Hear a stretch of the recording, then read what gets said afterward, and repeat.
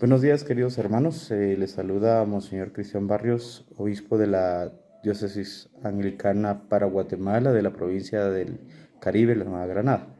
En este video vamos a hablar un poquito sobre el capítulo 3 del libro del Génesis. Es como un resumen, puesto que el capítulo 3 tiene ciertas complicaciones, más que todo que corresponden a nuestra propia concepción o lo que nos han enseñado durante 500 años sobre lo que es el pecado.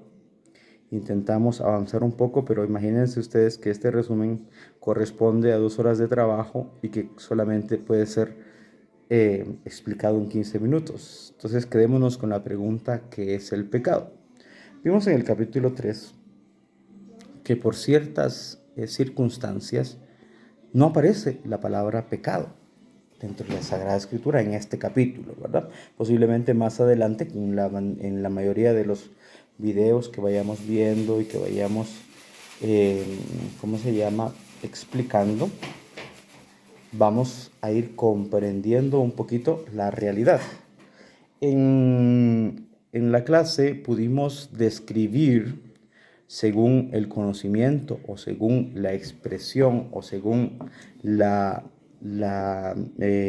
¿cómo decirlo?, la sabiduría que tienen los miembros de aquellos que están en clase, de qué es el pecado. Y muchos decían, bueno, pues el pecado es una infracción contra Dios. Primero, en el libro del Génesis, capítulo 3, donde aparece la infracción contra Dios como pecado definido. Segundo, el pecado aparecía como una construcción moral para mantener una convivencia sana entre lo que es bueno y lo que es malo. Y entonces ahí otra vez vuelve la pregunta: ¿y a ustedes quién les dijo que es bueno o que es malo? Y aquí les sorprendo yo a ustedes que están viendo este resumen, porque entonces nos vamos al capítulo número 1 y el capítulo número 2, en donde intentamos definir qué es bueno y qué es malo. Entonces vemos que en el capítulo 1 vimos la creación del hombre, y en la creación del hombre, en el sexto día, dice Dios, vio que todo era bueno y el séptimo día descansó. Entonces, un poquito para salir de bases, la pregunta que se utilizó en este episodio, en esta clase, fue: si Dios crea algo bueno, entonces ¿por qué surge algo malo? Si Dios crea a un hombre y a una mujer correctamente buenos, ¿por qué este hombre y esta mujer cometen algo que es pecado o que va en contra de la concepción de Dios? Generalmente nosotros no estamos acostumbrados a cuestionar lo que es la religión. Ojo, no estoy cuestionando la Sagrada Escritura. Estoy cuestionando un poco la religión. Porque cuando nos dicen esto es bueno o esto es malo, se nos acepta como algo que no se puede cambiar, como algo que no puede ser inamovible, se dice. Es decir, la religión se muestra como algo que es para siempre y eternamente como está. El Papa Pablo VI hace una remodelación dentro de lo que le llaman el misal romano, ¿verdad? Y este es un ejemplo nada más. Cuando él hace esta remodelación, prohíbe el uso del misal en latín, que se utilizó ya durante casi 2000 años. Estamos hablando de 1968. El Papa Benedicto XVI, en su encíclica Summorum Pontificum, dice que el Papa Pablo VI había hecho un daño, puesto que le había dado a las generaciones una realidad que es la inamovilidad de la religión, puesto que los que estaban creyendo en cierto ritual se dieron cuenta de que se podía cambiar algunas situaciones y que había hecho mucho daño al prohibir el uso del ritual. Esto se lo dejo a su reflexión, pues es algo que sucede en la Iglesia de Roma. Por el contrario, nosotros, ¿qué es lo que les proponemos en este sentido? Y gracias a Dios Santa Claus está ahí para demostrarnos de que la religión no corresponde a ciertas normas o estadísticas que se proponen, ¿verdad? Entonces, ¿qué les quiero dar a entender? De que nosotros necesitamos comprender, y para poder comprender hay un paso principal que se llama cuestionar. Si nosotros cuestionamos, tenemos capacidad para poder, desde nuestra propia naturaleza, decir, esto es verdadero o esto quizá no lo es. Entonces, al utilizar la palabra pecado, nosotros debemos analizar el texto. Y analizando el texto en esta clase que tuvimos, descubrimos de que en ningún momento, para gloria de Dios y para honra de todos nosotros, apareció la palabra pecado. Por el contrario, aparecía la palabra prohibición.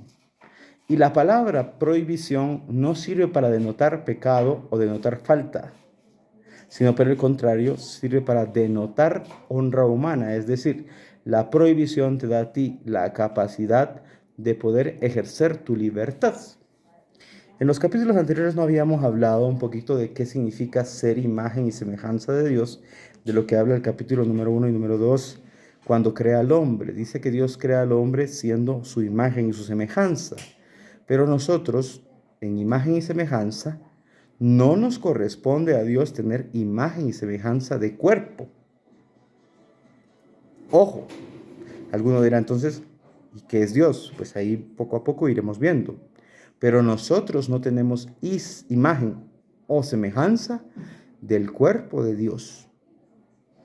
Tenemos imagen y semejanza de lo que es Dios, que corresponde a libertad, entendimiento y voluntad.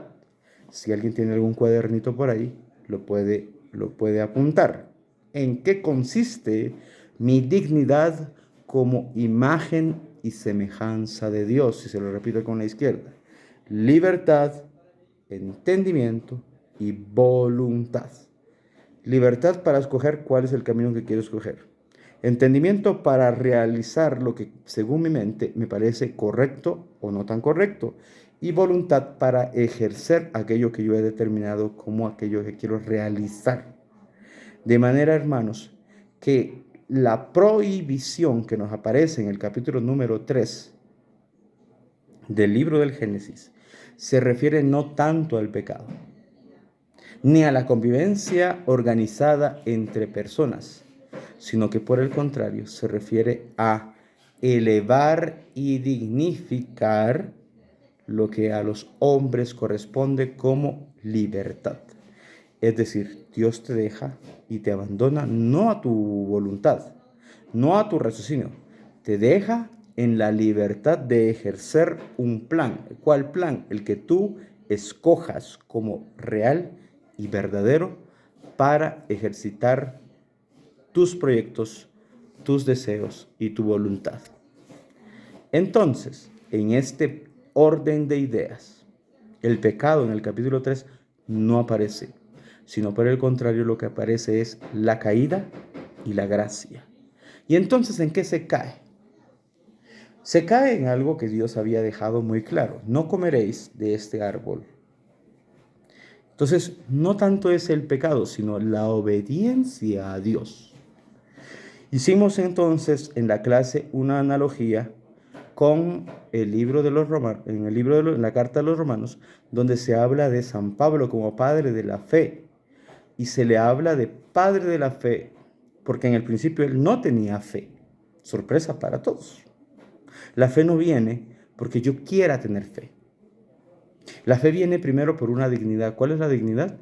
La dignidad que se nos da por el bautismo a nosotros cristianos, donde ejercemos nuestra imagen y semejanza de Dios al recibir el bautismo, y allí se nos ha otorgado. En el ritual antiguo se decía: ¿qué se acercan ustedes a pedir cuando reciban este sacramento? Y la respuesta era la fe. De manera que la fe constituye una virtud cardinal que solamente proviene y es ejercida de parte de Dios, no es una opción nuestra. Porque según la Biblia de Jerusalén, la fe es una actitud en donde yo me apoyo en algo más fuerte. Sin embargo, la fe proviene de Dios y de su ejercicio. Muy bien, entendido esto, nos damos cuenta que Abraham, cuando es llamado, y entramos un poquito el capítulo, pasamos capítulos 5, 6, 7, 8, 9, 10, 11, 12, entramos, para resumir, en lo que Dios le promete a Abraham. Abraham es llamado por Dios, primera cosa. Ven. Segundo, primero tiene un mandato, ve. Esto es un imperativo en idioma español porque no podemos traducirlo del idioma hebreo por situaciones que se nos son ajenas y no todos hablamos o hablan idioma hebreo.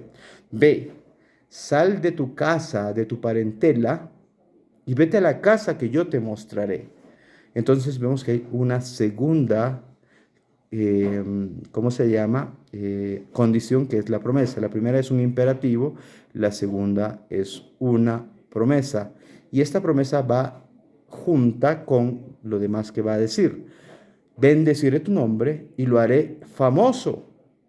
Número 3, es decir, hay una bendición. Pero para eso, y al finalizar, vemos que habrá una condición. ¿Y cuál es la condición? Vete y sé, es la palabra en imperativo también en el verbo, sé tú una bendición. Quiere decir, queridos hermanos, que la bendición que Dios estaba pensando en Abraham no corresponde a su propia persona, corresponde a Dios desde su gran misterio. Monseñor, pero ¿y entonces cuál será este misterio? Pues bueno, nos vemos en la siguiente clase, en el siguiente capítulo o en el siguiente resumen para poder aclarar esta situación. Dios los bendiga.